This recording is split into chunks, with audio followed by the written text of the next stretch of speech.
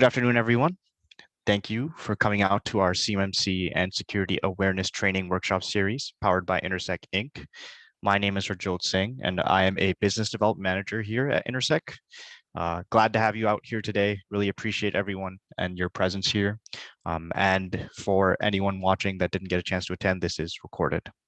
Let's go ahead and get into it. I'm going to go ahead and get started with the agenda. In the agenda, it's pretty straightforward. We're going to begin with a quick company introduction. We're going to go ahead and cover why security awareness training, why is it important. Then we're going to get into the nitty gritty of security awareness training, get into the specifics related to it. And we're going to end this workshop with a hands-on exercise. This is going to be a very great exercise, so I do encourage you to stick till the end. It's going to be pretty interesting. So let's go ahead and get into it with our company introduction. So about us, Intersec Inc. was incorporated in 2013 in Ashburn, VA. We're a boutique cybersecurity service provider for commercial, state, and federal clients. We are a CMMC-ab registered provider organization, and we're working towards being a C3PO candidate, as well as being a CMMC Center of Excellence member. Our CMMC services include assessment, advisory, consulting, and managed security services. That's a little bit about us. So let's go ahead and get started with the first sort of question to have in your mind. And I'm sure many of you are probably thinking this as well. Why security awareness training? Well, if you are familiar with CMMC, the Cybersecurity Maturity Model Certification represents a cohesive standard for cybersecurity, which contains 17 domains and over 171 practices. That is no easy thing to achieve. But with a good security awareness training program, you are already on your way there. Of the 171 best practices that have been described by CMMC, at least 19 of them can already be addressed with a well-designed cybersecurity awareness program, which is pretty insane when you think about it. If you are not familiar with CMMC as much right now, there's a lot of difficulty when it comes to CMMC understanding its requirements and implementing those requirements. So having a security awareness training program is going to benefit you in two different ways. One, it's going to help make your CMMC journey a bit easier and going to reduce difficulty you might be facing in that journey. And two, you're also implementing a security awareness training program for your employees to be able to manage and implement best security awareness training practices. So you're kind of getting a 2-for-1 here. Even if you aren't persuaded by that, having a formal training is going to be required for CMMC maturity levels 2 and above.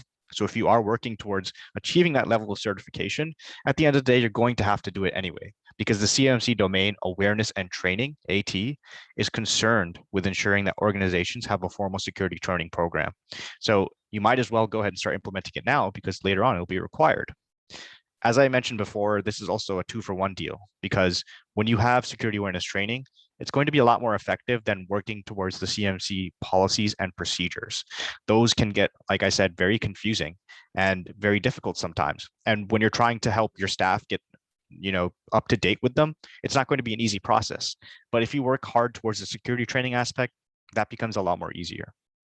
And finally, for small and medium-sized businesses especially, it can help prevent financial and reputational loss, because when you are secure, when you're aware of these security defects and issues, you and your employees can stop something happening from to your company. So with that, now that you understand why security awareness training is important, we're going to go ahead and get into the actual security awareness training with a bunch of different topics we have presented in each little subsection of security awareness training. We're going to go ahead and begin with physical security. Now, why is physical security important? Security awareness isn't just about what's inside of your company, computers, devices, and other spaces. It's also about the potential security risks that exist in the physical aspect of your workspace. This can help prevent your theft in your organization. It can help prevent loss, and most importantly, unauthorized access. Take a second. I'd like to pose you guys a question. Are you one of those people that puts important information such as passwords on a sticky note? Think about it.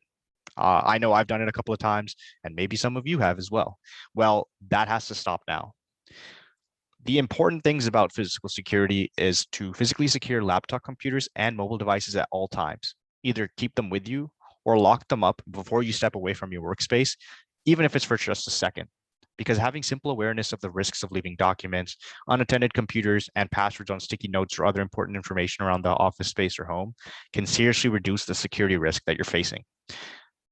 This is really easy to do if you implement a clean desk policy. Sensitive information on your desk, such as, like I said, sticky notes, papers that are important, printouts, can easily be taken by thieving hands and can be looked at by prying eyes.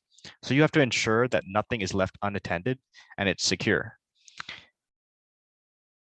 This is also important because there's other practices that you have to implement. It doesn't always mean being aware yourself, but also being aware of your surroundings. And that means watching visitors or new hires, as sometimes new employees or visitors will do something called shoulder surfing, where they'll watch employees type in passwords or look at important documents. You also want to make sure that visitors are who they claim to be, because sometimes visitors will claim to be inspectors, exterminators, or other guests who need to get into your system because there's some serious security flaw that they have to address. That's called impersonation. You also want to make sure, again, you don't leave your computer on after a long day at work and go home and not password protected, because at the end of the day, there could be a malicious entity waiting to get access to your information. And finally, coming back to the entire holistic aspect of physical security, you want to make sure that your physical security controls, such as doors, locks, etc., aren't malfunctioning. You always want to make sure that they're working, especially when it's to stuff and areas that should not be accessible to the general public. So you want to make sure that you do such things. If the unfortunate situation does happen where some sort of device or computer is stolen or anything, you have to make sure you report that to the police. And if it contains sensitive information, report it to your ITS support center to get something figured out. Moving forward, we're going to go ahead and cover desktop security. So for desktop security, it's going to build upon the aspect of physical security as we discussed, making sure that your computer is attended to and is physically secure at all times. You also have to make sure your desktop itself is specifically secure as well. All computer operating systems have vulnerabilities that are targeted, which are subject to security risks. One of the most important and I think fundamental routine tasks is to perform patch updates on your computer. You want to make sure that your operating system patches are up to date. After that, you want to install an antivirus software. Most computers usually do come with an antivirus software, but if they don't, or you prefer a separate one, highly encourage you to do that. And if you haven't already, one place to start, in my opinion, would be McAfee's antivirus software. It's a great place for beginners, easy to configure, and it gives you a great number of settings. It gives you proper updates, screenings, and it keeps your system safe from unprecedented attacks. And when you do have an antivirus software, you want to configure it for daily updates so you can make sure that it's ready to fight any risk at hand.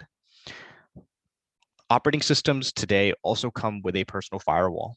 You can configure it in accordance with your organization settings or your personal settings. But again, it's just going to serve as that extra layer of defense if your computer is going to be compromised. Another thing that's often overlooked is that, just as we discussed, operating system patches, your applications are going to require patches as well. So you have to make sure that applications such as Microsoft Word have been patched and are up to date. In particular, pay close attention to the browsers you use, such as Internet Explorer, Firefox, etc., because those programs are often the most subject to any sort of attack by a malicious entity. Then, of course, comes the dreaded passwords. You want to make sure you follow secure password policies. We'll cover this later a bit more, but organizations usually have secure password policies implemented. And you want to make sure that those password policies are followed, because devices come shipped with default passwords, and the password is the best way to access your system. It's the primary form of authentication. So making sure that you're using a well-constructed password, changing them often, will reduce the possibility of unauthorized access. And then finally, as we mentioned in physical security, turn off your computer when it's not in use. Want to make sure you're restricting physical access to the computer. Moving forward, here is a chart that you can take a look at really quickly that gives you sort of an idea of what you should do when you're handling sensitive data. In our day-to-day tasks, especially if you're conducting DoD work, or government work, this is going to occur quite often, where you're going to be handling some sort of sensitive data. And even if you aren't, there's always going to be some sort of situation where you might be. And sometimes that sensitive data is your own. So here's sort of like a checklist that you can reference to the do's and don'ts when you're going to be working with sensitive data. To discuss what sensitive data is, it could include personally identifiable information, which is PII, such as your name, address, or phone number, personal health information, which is PHI, such as medical health records, and finally, controlled unclassified information, CUI, and federal tax information. So some do's would be when sending an email, encrypt it using AES 256 encryption. Double check the recipient's address before sending it, and send the encryption password using an out-of-band method, for example, a phone, SharePoint, etc. But what you don't want to do when you're handling sensitive data is don't send the encryption password using the email with encrypted file or in a voicemail. Don't forward work emails to personal accounts, and don't forward a suspected phishing email to anyone. If you are able to at least start here with this general checklist, you're already doing a great job in ensuring your sensitive data is not subject to serious security risks. That brings us to our next topic, browser security. As we mentioned really briefly in desktop security, as all of these topics are very interconnected. So if you are working hard on one of them, you will be working hard on the other. But before we get into the actual PowerPoint slide itself, I'm going to go ahead and share a poll with you guys that I'd like you to fill out. It's not allowing it. It seems like because Mr. Verma, you're logged in from the device, it's not letting me run the polling session. All right. I'll just go ahead and move on then. Well, just so you guys know, the polling question was going to be, let me pull it up. That way we have it here. The polling question was going to be for browser security, and it was just going to be a simple question. Is it secure to enter your private information, for example, date of birth, identification number, etc., on a site with an address that starts with HTTP, and that's it. And I wanted to see if you were going to say yes or no. So just take a second. If you want to, you can put it in the chat, or if you want to just think to yourself whether the answer is yes or no to that question. Again, is it secure to enter your private information, date of birth, identification number on a site with an address that starts with HTTP // Now, the answer is going to be no. So hopefully that was the answer you thought of. But coming back to browser security so you can understand why, is that today web browsers such as Microsoft Internet Explorer, Mozilla Firefox, Apple Safari are most of the commonly used browsers. You're probably using one of them right now to attend this workshop, as well as Google Chrome. Can't forget about that. Because web browsers are used so frequently, it's vital to configure them securely because that's where we do a lot of our day-to-day organization stuff. Often the web browser that comes with a operating system is not set up in a secure default configuration. Not securing your web browser can lead quickly to a variety of computer problems caused by anything from spyware being installed without your knowledge to intruders taking control of your computer. As we mentioned earlier in desktop security, the browser is one easy way for malicious entities to gain access to your information. So you want to make sure that you're not risking it when you are dealing with this sort of information. Security exploits of browsers, just so you guys have this knowledge, often are happening through JavaScript, sometimes with cross-site scripting, XSS, with a second payload using Adobe Flash. So it's really hard to notice when this type of stuff occurs, and even harder to get out of it when you actually have been subject to it. So that's why enable automatic software updates if available. I know there's many times on my Google Chrome browser where I have on the top right of the screen an update symbol, and I keep ignoring it because it just annoys me that all of my tabs are going to close down. And I know maybe some of you feel the same way, but that stuff is super important, and we want to make sure we never miss it. That comes hand in hand with installing antivirus software because, as I said before, having a good antivirus software will allow for proper screenings to be able to identify potential browser security risks. So you want to be able to ensure that you know that. So now we're coming to that HTTPS and HTTP question. As I asked earlier before, it would have been wrong to enter in your sensitive information on one that had HTTP. So what's the difference? If you don't know the difference, HTTPS it's going to be the secure version, and it's the data you enter on these websites are going to be encrypted during transmission, so any hackers or malicious entities can't snoop on it. And the data on HTTP websites, as there's no S, is not secure and can be easily sifted out using network sniffers such as Wireshark. So you want to make sure that if you are going to be working with your sensitive information, particularly your sensitive information, but also with other sensitive information, you're double checking that the browser has HTTPS. After that, you want to make sure that when you're performing these sort of important transactions, there's another extra layer of security you want to look out for, and that's going to be the lock icon. That's often overlooked, but that's going to indicate the security certificate that a website has, and that indicates how secure a website can be. But you also want to double check and investigate that lock icon, because malicious entities would like to use the lock icon to mislead others. So you want to make sure that that certificate is actually valid and that actually is secure. So always make sure you're checking these things when visiting a browser and working with your sensitive information. There's some other few things that you can look out for to ensure that your activity on the browser does not get compromised. And those can include the ability to recognize suspicious and spoof domains. For example, like Yahoo with too many O's instead of just two O's, yahoo.com. The dangers of downloading untrusted or suspicious software off the internet. Sometimes it happens. You just want to make sure you don't do it. The risks of entering credentials or login information into untrusted or risky websites. If it's not HTTPS, and even then, you want to make sure that the website looks secure. Trust your instinct.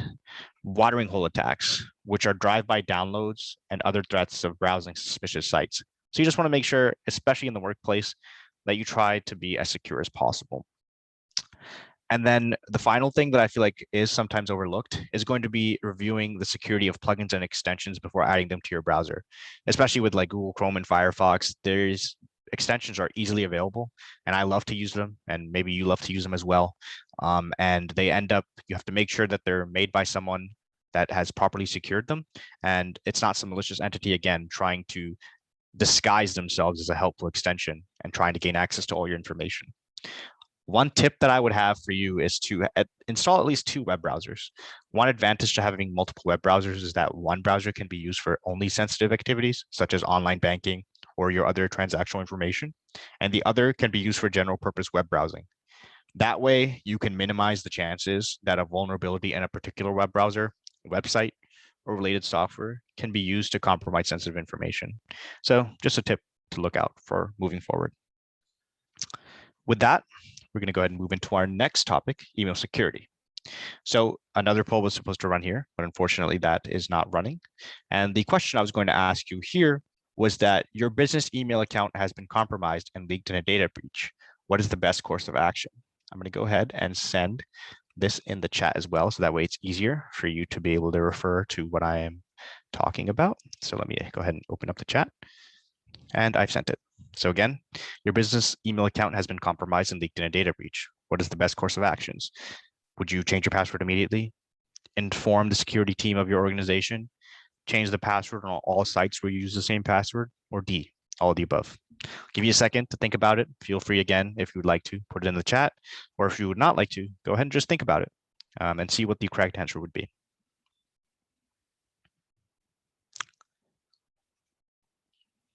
Now, hopefully, the correct answer is D, and hopefully, like I said, all of you thought of that. So let's go ahead and consider why it's going to be the best course of action. Here is, again, a little checklist for some do's and don'ts when it comes to email security. The email is one of the most important communication mediums you interact with throughout your workday. So being vigilant and knowing when your email could be compromised is going to be extremely important for the safety of you and your organization. There's 2 definitions I'd like to discuss before going over this, and that's going to be ransomware, which is going to be malicious software that infects your computer and displays messages demanding a fee to be paid in order for your system to work again. If you are subject to ransomware, it's almost always likely you're not going to get your information back. So you just want to make sure that you don't risk getting caught in a ransomware attack. And the other one is going to be phishing. Phishing is a lot more common, and it happens almost all the time. It happens to me almost all the time. It's probably happened to you, and it's very common. And it's the fraudulent attempt to obtain sensitive information or data by impersonating oneself as a trustworthy entity in your digital communication, which is most often your email. So what are some do's and what are some don'ts when it comes to email security? For the do's, you want to spend time confirming an email is safe, especially if it's an external email outside of your organization. Double check, triple check, check as many times as you'd like the address that it's coming from. You want to make sure, again, that it's not some malicious entity. You want to be aware of emails that are urgent and requesting an action on your part. Again, they'll ask like, oh, your password is expiring. We need you to change your password right away, or we need you to send in your credit card information because your data is at risk. It's always going to be some obvious scam that's really easy sometimes to sniff out, and sometimes it can be a little harder, but you just want to be sure that you aren't getting subject to it. You want to review the signature and domain of the sender. Again, it's connecting to the first little do of spending time to confirm the email is safe. Just keep checking and making sure that everything looks secure. Everything matches too. Sometimes the email and the signature will not match. So it's a good way to catch when this might be a compromise. And then be especially vigilant when providing personal information.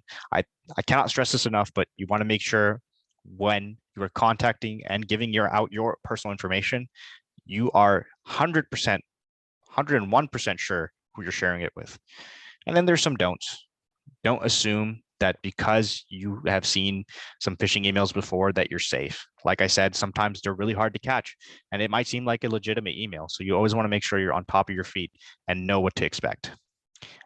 Don't click on any attachments or links without inspecting your email. Many times, there might be an email you thought had an important document and you skip over the email entirely and just click on the document. But by that time, it might have been too late, might have been a malicious entity, and that's your data being compromised. So you want to make sure you avoid that. Don't forward your phishing emails. I feel like this happens sometimes where we forward these emails because we're scared of what they are and we try to get information from perhaps another colleague or from our boss of whether this is legitimate or not.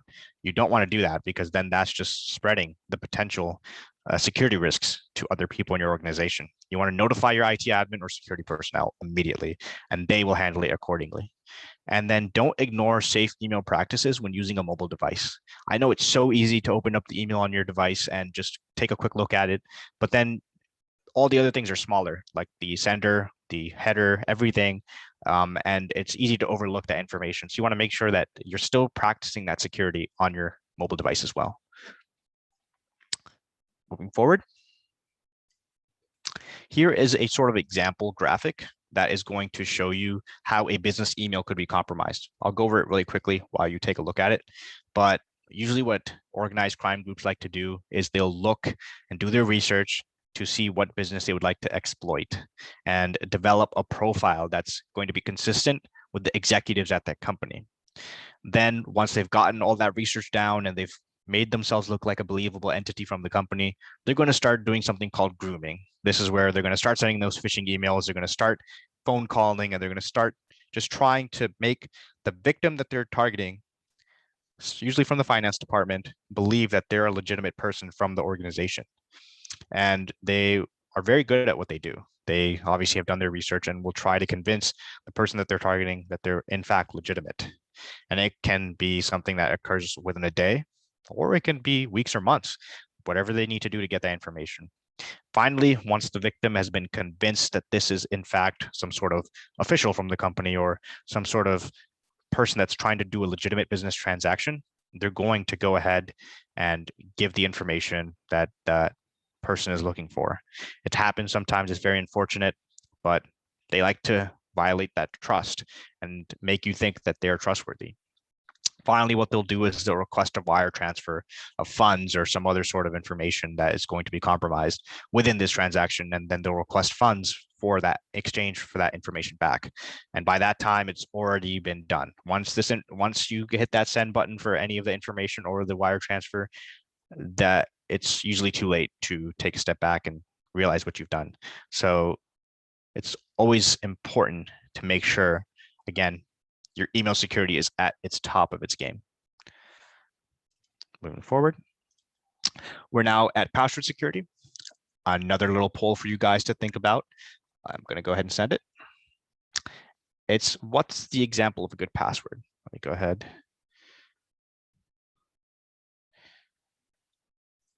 Opening up chat.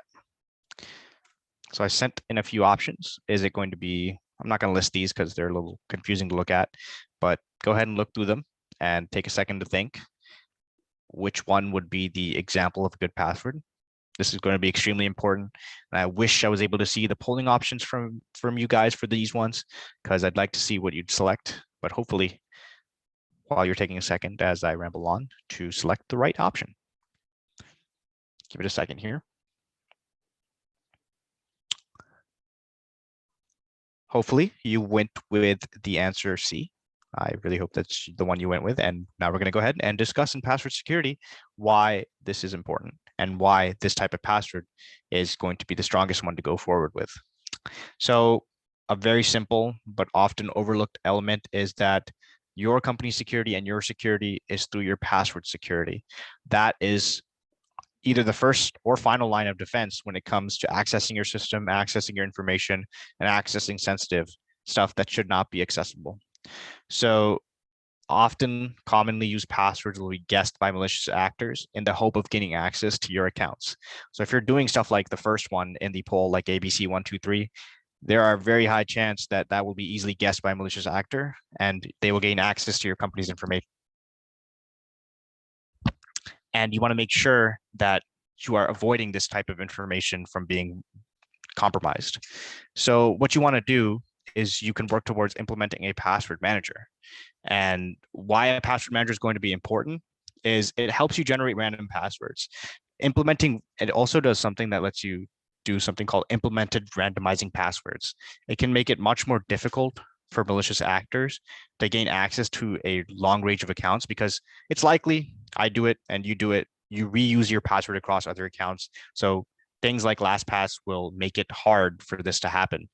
And it allows you to be a lot more safer if your information is compromised. The best practice is to use a minimum of 12 characters with a combination of uppercase and lowercase letters, numbers, and special characters. That's usually what you want to expect from a very strong password, as you saw in option C. But your organization or company is free to develop more specific password requirements that can make it more secure. It doesn't hurt to be more secure, but it does hurt to be less secure. So you want to make sure you're at least using that minimum I recommended. 12 characters with a combination of uppercase and lowercase letters, numbers, and special characters. Another thing that's often overlooked is rotate your passwords frequently.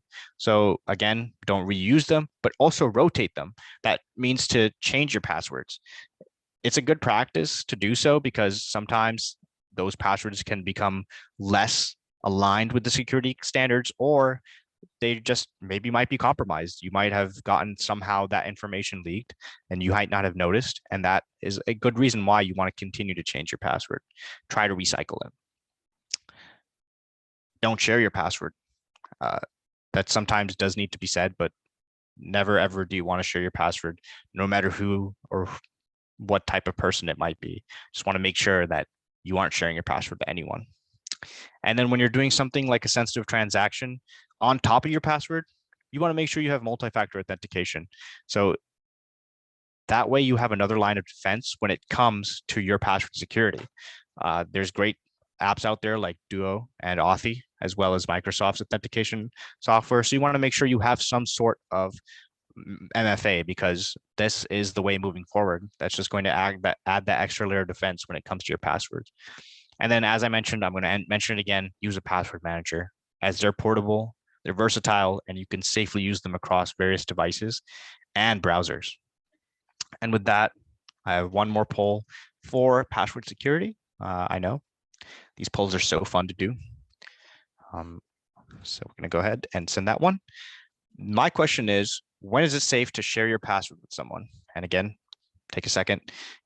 If it's an individual you trust completely and you tell them in person, if you send it via an encrypted email, if you sent a text message and deleted it quickly after, or it's never safe to share your password. Take a second. I'll be quicker with this one since, I mentioned it. And if you were paying attention, hopefully, I did say it's never safe to share your password. Thank you, Jason, for putting it in the chat. So just always make sure, even if it's a family member, your best friend ever, even yourself. Don't send your information to another phone for some reason that might not be safely secure unless you know. Just don't share it at the end of the day. Don't want to make it confusing. Just don't share your password with anyone, because that is going to be one of the biggest oopsies you can do, and we don't want that. Here is a little graphic when it comes to password security, and I think it'll be very interesting for you to take a look at. Here is a list of the top 10. Here's 11, though. Most compromised passwords in 2020. It lists how many times a passwords have been exposed, used, and how much time it would take to crack it. So if you take a look, these are some pretty bad passwords. As we discussed earlier, this definitely is not following the best practice of implementing a password. And most people use the password 123456, 2.5 million users. How much time does it take to crack for a malicious entity? Less than a second. And as you can see, the time exposed is astronomical. And even in 2020, where we have so much information on best password practices and why it's important to have a good password, you still see people using passwords like this. So you want to make sure, hopefully no one here does so, but you're not doing so. Moving forward, we're going to get into the next topic, which is insider threat. For insider threat, I feel like cybersecurity measures are frequently focused on threats from outside an organization. We've talked a lot about malicious actors and malicious entities, but they don't focus on threats posed by untrustworthy individuals inside of an organization, as these insider threats, as you call them, are the source of many losses in critical infrastructure industries. To define an insider threat is a malicious threat to an organization that comes from people within the organization, such as employees, former employees, contractors, or business associates who have insider information concerning the organization's security practices, data, and computer systems.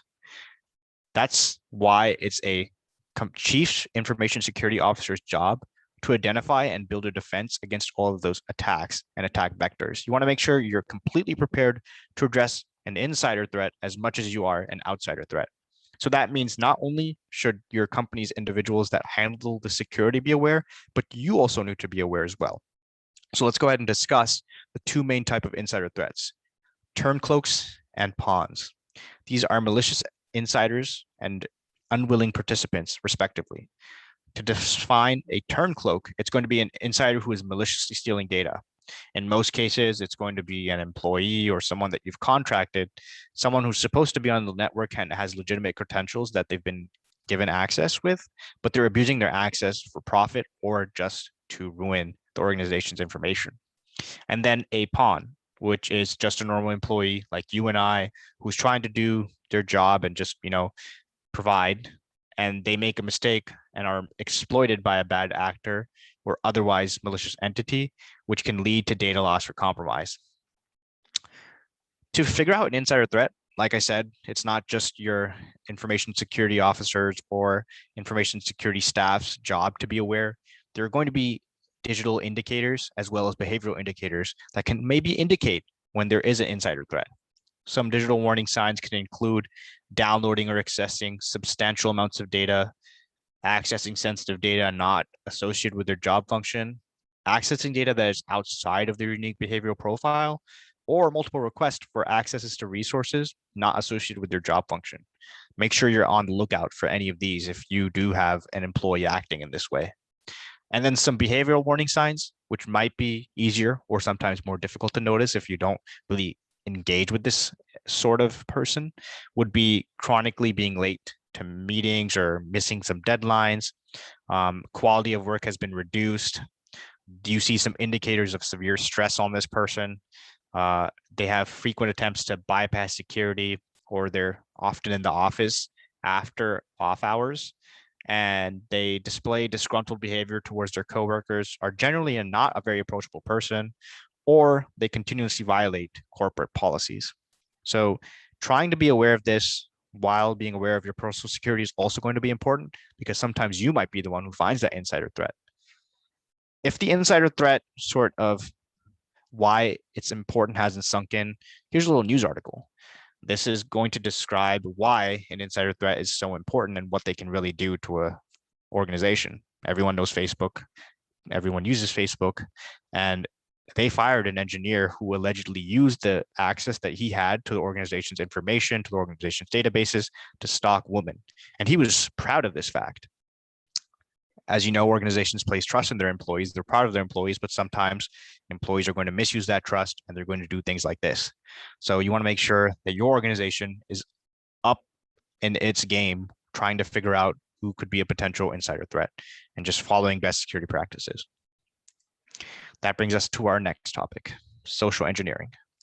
For social engineering, this is going to be connected to all of the topics because this is what malicious entities are going to use to gain and exploit your trust. It's going to be your willingness to help. It's going to be your curiosity, and it's just an exploitation of your natural instincts.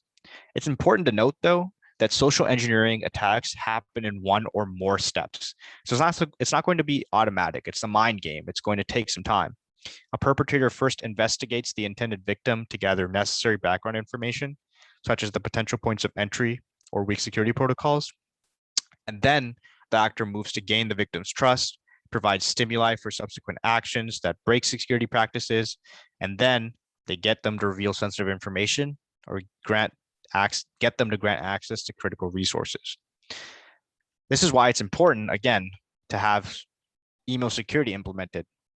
You want to make sure that you're reviewing your email for suspicious email addresses, that the URLs that are in hyperlinks are properly secure, HTTPS versus HTTP, and other telltale red flags, like if you're visiting a website that doesn't have the secure lock icon and if you investigated that certificate, or your desktop security has been at risk, or your physical security has been at risk where a visitor that looks suspicious might be coming and going frequently.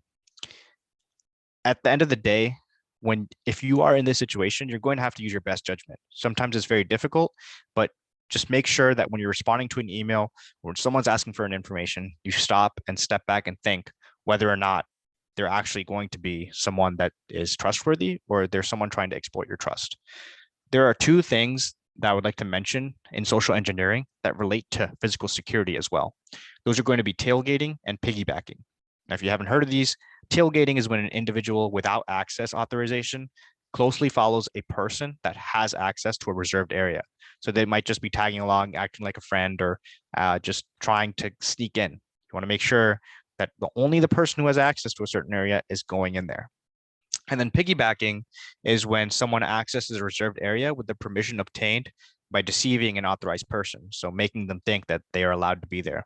Again, you want to make sure that you're following best security practices here so you don't fall susceptible to them. Then there's a few other social engineering attack techniques that these malicious entities like to use.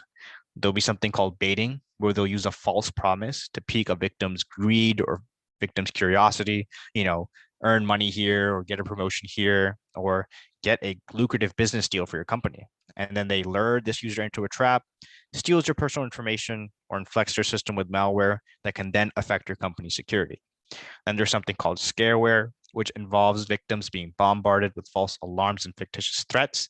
And the users are deceived into thinking that their system is infected with malware, and it's going to tell them to install software that has no real benefit to fix this malware that doesn't exist, other than installing actual malware into your system.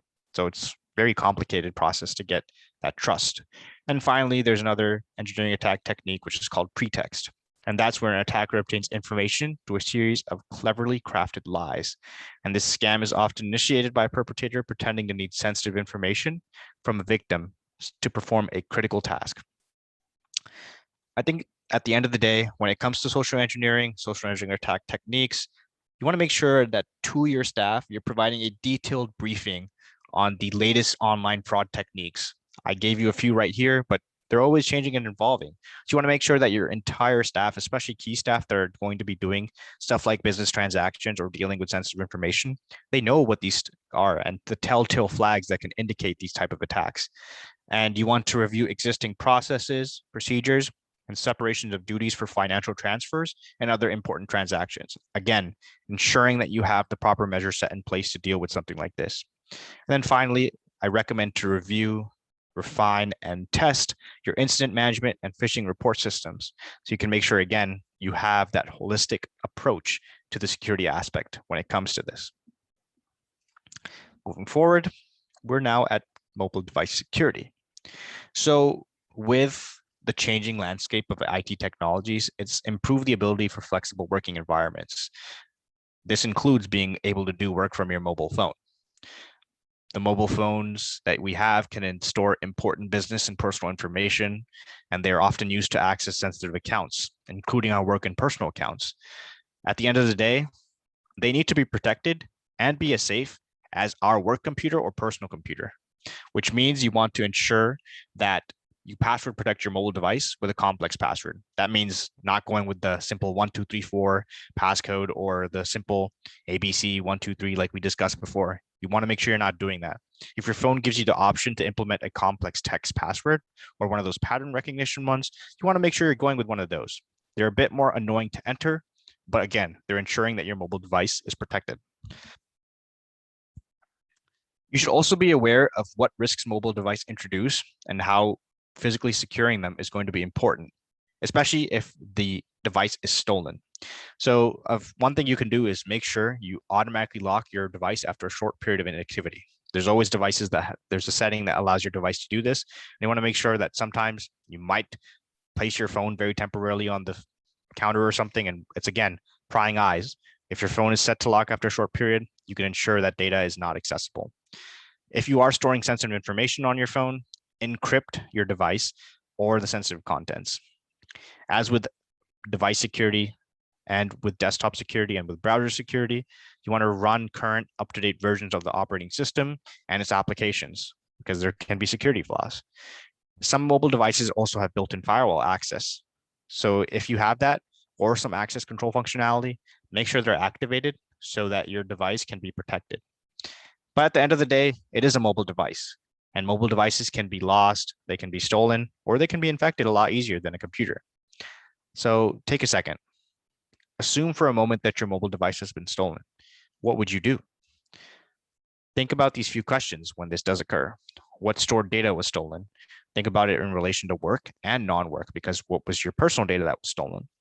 What stored passwords were stolen? Did you have two-step authentication codes in that device? What other accounts and services might have been compromised? Your credit card information, bank accounts, Facebook, etc. Did you lose your copy of anything important? The only copy of anything important? These few questions need to be considered when it comes to mobile device security. And implementing a protocol in your device that can wipe this information is going to be important. Sometimes there's iOS and Android stuff implemented in place that can lock your device and then wipe it in the case of being stolen. And you want to make sure that you already have that configured and ready to go in the instance that it is stolen. If you take a look here, this is going to be something that many of you might have seen, and it's a tweet that was put out by a security organization. It's a military agency which is responsible for nuclear operations, global strike management, missile defense, among other duties. So if you were one of the people to see this, obviously you were probably very confused as to what this meant or what it could stand for. And such situations usually bring concerns that the profiles are going to be under the control of unauthorized individuals, and that is going to make people scared of what that could mean for the general security, especially if it's something like a US governmental organization. At the end of the day, it was just some employee had their computer open and Twitter open, and their kid got access to it and ended up typing these random characters. Now, of course, there was no harm done in this situation, but that's going to, again, emphasize the fact that you cannot leave anything unattended, because that can cause your device's security to be compromised. Just making sure that everything is safe and secure, and it's set in a way that it can be safe and secure, even if you lose attention to it for a second.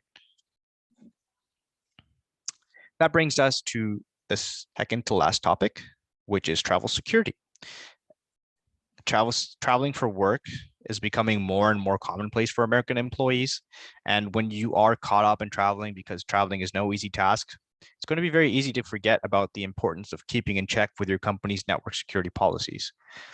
As a federal contractor, especially if you're a federal contractor, you need to authorize your employee to take a company laptop for overseas travel.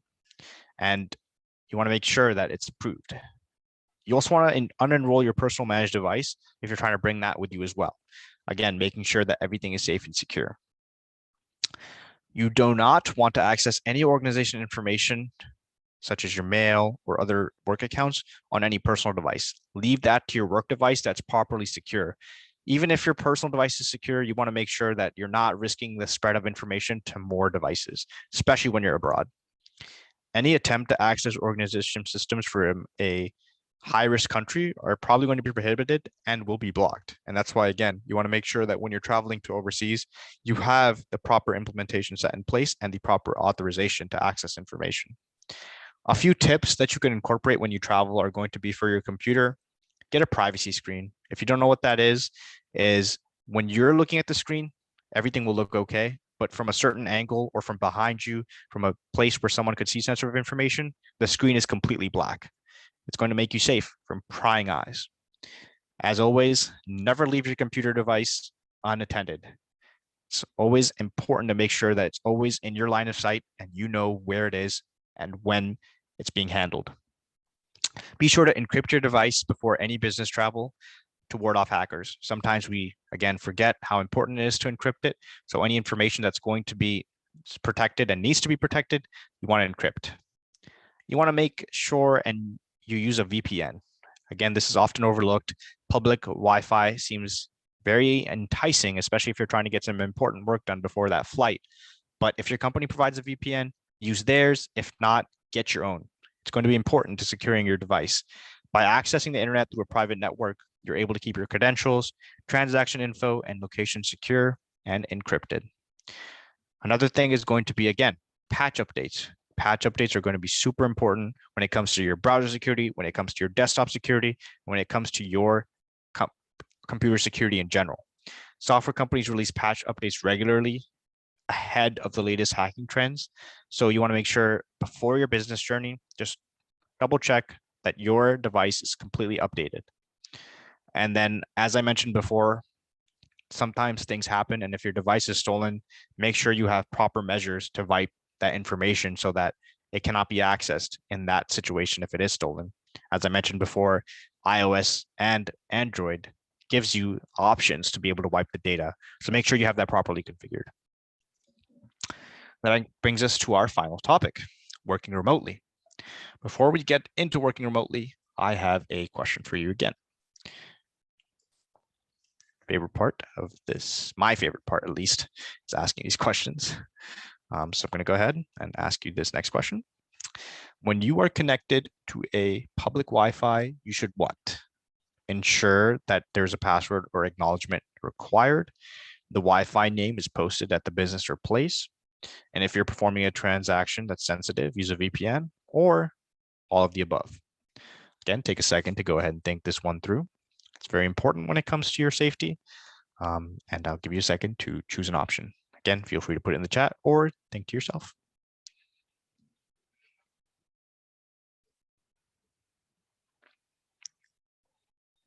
Thank you, Jason. Again, I appreciate your involvement. It's going to be D. That is correct. Hopefully all of you selected D, all of the above. You want to make sure that every single aspect of this is acknowledged when you're connecting with public Wi-Fi. And at the end of the day, even if you are, you want to try to avoid it. Let's go ahead and discuss why in relation to working remotely. So working remotely, especially in 2021, has become quite the way to go, and it's become the trend, honestly. It's combined with increasing uptake, and many companies are taking drastic steps towards full-time working from home policies, which means even more implementation of safe security practices, because here you're by yourself at your home and you don't have the same sort of mindset. Sometimes when you're at home, you think you're safe, you think that everything in your network cannot be accessed, but that can sometimes not be true. Personal devices that are used for work purposes should remain locked when unattended and have antivirus software installed. I know you've heard that many times throughout the presentation, but it's even more important when you're working from home, because the security at home is going to be a lot more important than that at the organization. Avoid public Wi-Fi, and if necessary, use a personal hotspot or some other way to encrypt your web connection. You don't want to connect to a Wi-Fi that doesn't seem to be trustworthy, especially if it's unsecure. if it's not password protected, or if it's an emergency, if it's not an emergency, sorry, you don't want to connect to it, especially without a VPN. That's why I recommend, again, if you have a VPN from your company, utilize that one. Or if you don't, implement your own. There's great VPNs available, such as NordVPN. It's one I would recommend to use. Keep work data on work computers. Sometimes it's tempting to move that information onto your own computer because you might like using it better, or you think it's more properly secure. Again, you want to make sure that your work data is kept on one place, because that reduces the risk of that information being spread to other places. And if that device is compromised or another device is compromised, the information is more likely to be accessed by a malicious entity. So you just want to make sure it's just on one. If you are working on a public network, you want to make sure the Windows firewall settings are properly configured. And especially if it's your home network, go ahead and double check that it's using the WPA2-AES security protocol. That's going to be one of the most secure protocols to use, and it can, again, ensure that your data is not going to be accessed. And another thing that's often forgotten is that your device's operating system has a firewall that has specifically to do with your network settings. So you want to make sure that that's properly configured, because, again, it serves as a small but effective line of defense when it comes to handling working from home. And then there's some physical security aspects. So we're going to go bring it around town to our first topic that are very important when working from home too. Lock your doors. You want to make sure that if that malicious entity is getting a lot of information on you and they know you work often from home, they might even try to break into your home to get access to your information or your computer. So make sure that your doors are locked. Never leave your device in your laptop in the car, because, again, it's at risk of getting stolen or something worse could happen. Don't use random thumb drives. There's been sometimes moments where I've found a thumb drive on the ground, and maybe you've seen it but haven't been like me and picked it up. Those can sometimes be purposely dropped by malicious entities in hopes to gain access to someone's program. And then when you're in a public phone charging station, use a USB data blocker. Again, these types of things are often overlooked, but are ways for a malicious entity to gain access to your accounts or your information, even if it's just through something seemingly harmless like phone charging. And that brings us to our final poll. Sorry, before we move ahead and end our presentation. And that is going to be put in the chat right now.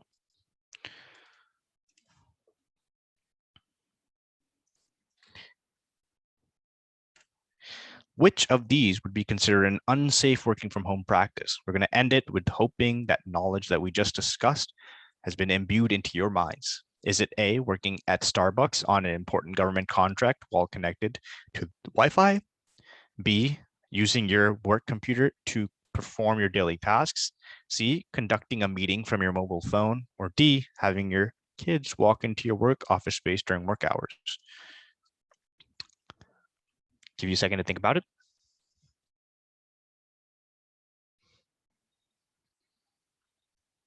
The correct answer is going to be A, working at Starbucks on an important government contract while connecting to their Wi-Fi. Again, do not connect to an unsecured or public Wi-Fi unless you know that is absolutely safe, especially if you're conducting work that's from your organization. That's going to be a very bad idea, and it could always lead to severe security flaws and risks and a malicious entity gaining access to your accounts. And with that, we have ended our presentation aspect, and we're going to move into the hands-on exercise. So for the hands-on exercise, it's going to be very quick and very simple, but at the same time, I believe it's going to be very effective. Is your data on the dark web? So what is the dark web? It's an underground web that you cannot access without a specialized VPN like Tor, which stands for the Onion Router. And this is going to be the place where hackers dump or sell stolen data and perform these illegal transactions. We're going to go ahead and go to a website. It's a very great website, and I really highly encourage you to follow along. I will go ahead and I do it. Oh, my bad. Can I place it? I opened it, but I'm also going to place it in the chat so you can hopefully open it up, make it easier for you to open up.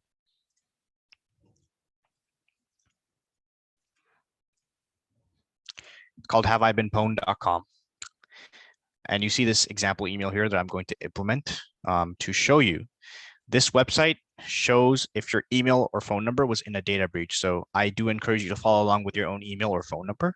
But we're going to go ahead and put abc@xyz.com. That's the example email, and it will see if you've been pwned. It'll take a second, and it'll tell you if you have been pwned. It's very, very likely that your email address, your personal one, is at least in one pwn, in one data breach. You can see this example one is in 175 data breaches and found in 54 PACE. It then goes ahead and tells you some steps you can do to implement better security. It's giving like an example of a password manager, as you can see. And then it outlines each and every single breach that you were pwned in. And it kind of describes what that is. It's an incident where the data has been unintentionally exposed to the public.